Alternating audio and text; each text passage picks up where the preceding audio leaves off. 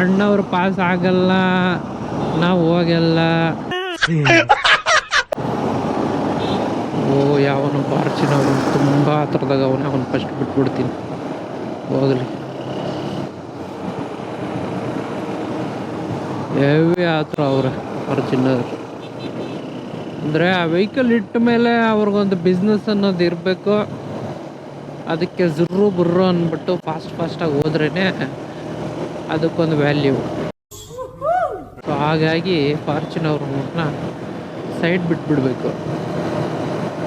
ಇಲ್ಲಾಂದರೆ ಗುರು ತುಳ್ಕೊಂಡೋದ್ರು ಕೂಡ ಯಾವನು ಕೇಳಲ್ಲ ಗುರು.